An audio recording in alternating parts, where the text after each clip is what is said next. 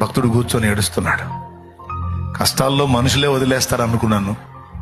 దేవా, నా కష్టకాలంలో నువ్వు కూడా నన్ను వదిలేసావుగా అని దేవుణ్ణి ప్రశ్నిస్తే దేవుడు ఒక మాట అన్నాడట. కుమారుడా ఏమన్నావు అన్నాడట. అవునయ్యా, కష్టకాలంలో మనుషులు వదిలేసినట్టు నువ్వు కూడా వదిలేసావుగా. నేను ఏ ఇబ్బంది లేకుండా, ఏ తొందర లేకుండా ప్రశాంతంగా ఉన్నప్పుడు 4 అడుగులు కనపడ్డాయి, 2 నాయి 2 నీ. కానీ నేను శ్రమ కొలిమిలో ఉన్నప్పుడు నా 2 అడుగులే కనపడ్డాయి, కానీ నీ 2 అడుగులు ఎక్కడా అన్నాడట. లేదు నా కుమారుడా, నువ్వు నీ అనుకుంటున్న 2 అడుగులు నాయి అన్నాడట.